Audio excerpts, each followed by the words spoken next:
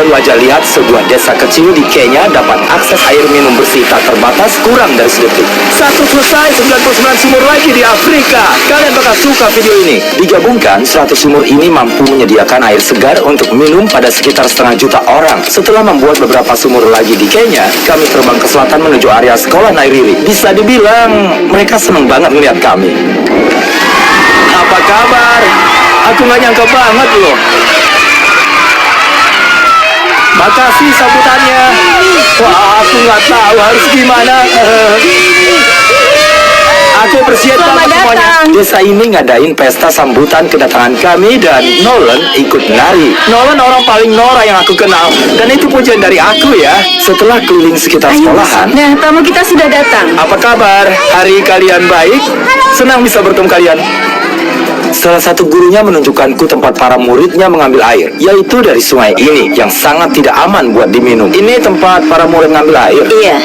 Gila sih. Iya, kamu tahu para murid komplain soal diare, infeksi seperti demam tifoid karena inilah air yang kami pakai. Jadi kami coba rawat, tapi lihat saja, begitulah. Tapi pada akhirnya hidup harus terus berjalan. Kami tetap harus dapat air. Situasi ini jelas sangat menyedihkan. Kehidupan anak-anak ini serba terbatas dan kadang lebih pendek karena terpaksa meminum air tidak sehat. Tapi setidaknya untuk desa ini, kami bakal akhir itu semua sekarang.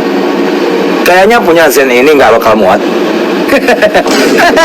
Ya. Kita lihat, bisa nggak kita dapat air?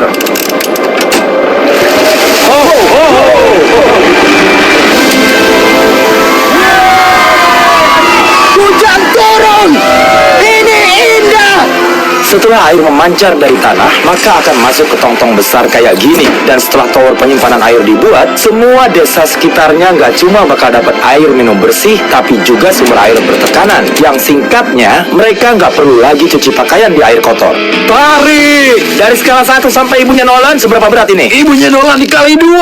Astaga! Aku jatuhin juga di kamu!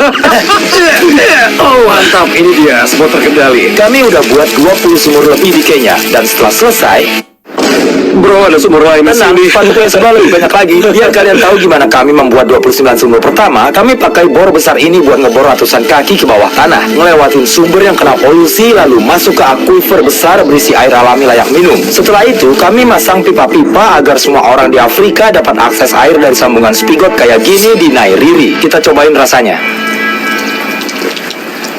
Kayak air, perlu sekitar semenit buat ngisi 5 galon tong ini. Berapa banyak air yang disediakan sehari? Ya, 3.600 galon sehari. Sumur ini nggak hanya mencukupi persediaan buat 400 anak-anak di sekolah ini, tapi juga seisi desa dan desa sekitar sekolah ini. Makasih ya buat air. Nggak masalah. Alat ini bisa mompa non-stop selama 30 tahun. Mungkin kalian pikir bikin dampak besar kayak gini perlu sumber daya dan dana besar dari pemerintah. Tapi itu salah. Masalah kayak gini bisa diselesaikan dan ini sesuatu yang harus diupayakan manusia buat memperbaikinya. Apa rahasia supaya bisa sukses? Jujur, cari tahu yang kalian suka, terus lakuin dalam waktu yang lama, dan akhirnya kalian bakal sukses. Aku bakal bawa ini deket banget. Lihat? Keren kan? Iya. Kalau lihat ke atas, itu lagi ngerekam loh. Oke, aku bakal deketin. Oke. Ya kan, bisa lihat diri sendiri. Kami juga berhasil membuat sumur buat desa ini, dan 12 desa lainnya. Sementara nyelesain sumur-sumur ini, kami juga memperbarui salah satu sekolah mereka dengan komputer baru. Mereka suka nggak? Mereka suka banget. Senang semuanya berjalan lancar. Kami juga memperbarui ruang kelas dengan furnitur baru, memasang rak dan mengisinya dengan buku-buku baru, berdonasi bola sepak buat tiap murid, Makasih ya buat jenis. bahkan memasang whiteboard dan proyektor di semua ruang kelas. Kalian suka proyektornya nggak? Suka. Kami pakai kapur yang bikin banyak debu, tapi hari ini semuanya bersih. Kami sangat appreciate. Nggak masalah, seenggaknya kami bisa bantu itu. Tapi saat kami pergi ke tempat sumur ke-45, kami sadar warga di sini lebih kesulitan. Tiap kali mereka perlu air, mereka harus jalan dan mendaki sangat jauh melewati hutan. Pendakian yang jauh itu juga ternyata di gunung yang besar.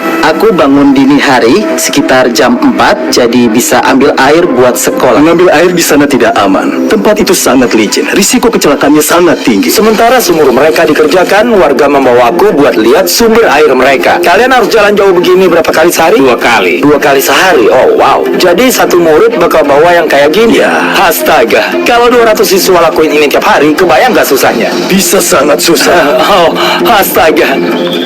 Sial, ini curam banget. Rasanya kayak nggak sampai-sampai deh. Tiap hari. Ternyata medan pendakiannya berat banget dan warga di sini harus lewatin itu cuma buat ke spigot ini. Airnya bahkan masih belum aman buat diminum. Ini tempat kalian biasa ngambil air, Mi? Iya. Kalau terisi air, berat jerigen ini bisa sampai 40 pound. Yang gila banget buat anak-anak bawa pas naik gunung ini. Yang perempuan bisa bawa 2. Oh, kalau gitu aku juga pasti bisa. Dan begitu jerigennya terisi, sekarang saatnya buat kembali pulang. Cepetan, ayo! Dia keringetan aja enggak. Aku bisa.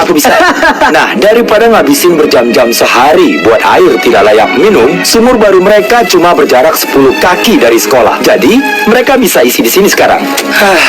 Aku capek banget. Saat lanjut ke desa selanjutnya, di mana kami bikin sumur ke-46, kami dapat sedikit masalah. Ternyata, desa ini dipisahkan oleh sungai besar berbahaya. Sekarang sih tidak terlalu terlihat, tapi saat musim hujan tiba, airnya bisa setinggi ini dan beneran nenggelamin jembatan ini. Alasan jembatan ini penting banget adalah desanya di sana, rumah sakit dan sekolahnya di sana. Jadi jembatan ini dilewatin beberapa kali tiap hari. Walaupun jembatan ini berbahaya, mereka nggak punya pilihan lain. Sungai ini sejembatan terendam bisa menghanyutkan orang, murid, bahkan hewan. Kami sudah kehilangan sekitar 3 orang saat menyeberang sungai ini. Kehilangan ini benar-benar gila dan gak bisa diterima. Begitu dengar soal ini, kami tahu harus membantu. Jadi sementara kami bikin jembatan baru biar mereka bisa menuju sumur, kami pergi sejauh 2000 mil dari Kenya ke negara Zimbabwe.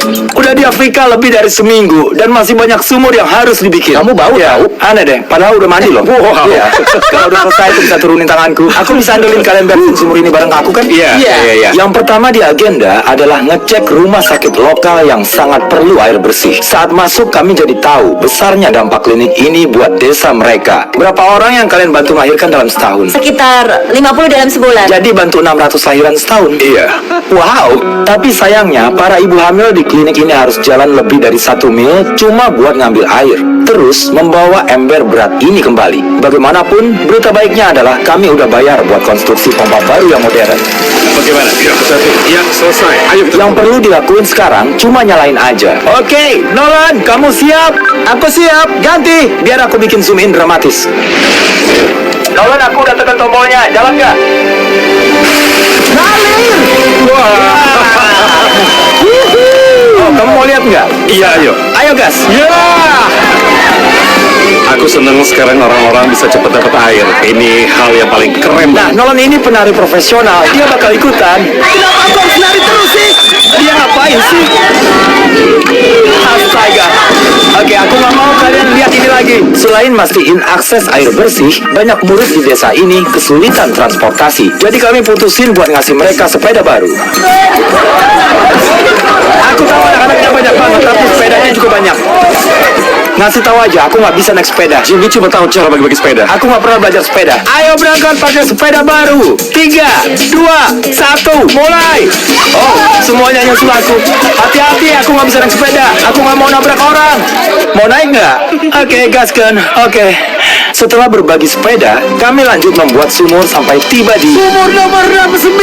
Sumur bertenaga surya ini khusus didesain buat bantu petani di desa dengan menyediakan air yang lebih dari cukup buat tanaman dan hewan ternak. Bahkan saat musim kering tanpa perlu listrik. Tiap panelnya 200 watt dan terhubung ke pompa. Pompanya bisa memompa 5.000 liter setiap jam. Pada dasarnya ini air tidak terbatas buat seisi desa. Itu luar Seperti biasa. itu. Setelah meninggalkan Zimbabwe, kami ingin terus menyediakan air buat penduduk di seluruh Afrika. Jadi kami bikin lebih banyak sumur di Uganda, Somalia, dan Kamerun. Kalau mau tahu yang kami lakuin di Kamerun, video lengkapnya bakal segera tayang di channel Filantropi. Ngabisin waktu di desa ini beneran bikin sadar pentingnya membangun sumur, penyediaan air buat pertanian, memberi yang kekurangan, menciptakan kebersihan di rumah sakit, dan yang paling penting, bagaimana membantu anak-anak generasi selanjutnya hidup lama dan sehat, serta membangun masa depan buat semua warga. Kami menunggu awal baru untuk air minum yang bersih. Air adalah kehidupan. Dan dengan bantuan warga lokal, kami akhirnya menyelesaikan jembatan baru yang bisa dipakai warga sampai ratusan tahun.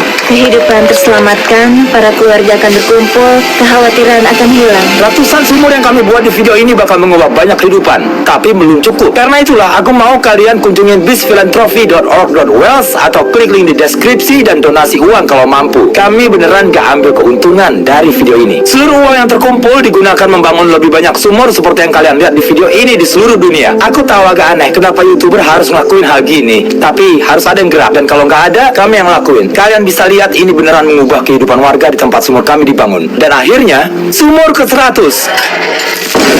Ya ampun, maaf ya. Mr. B6000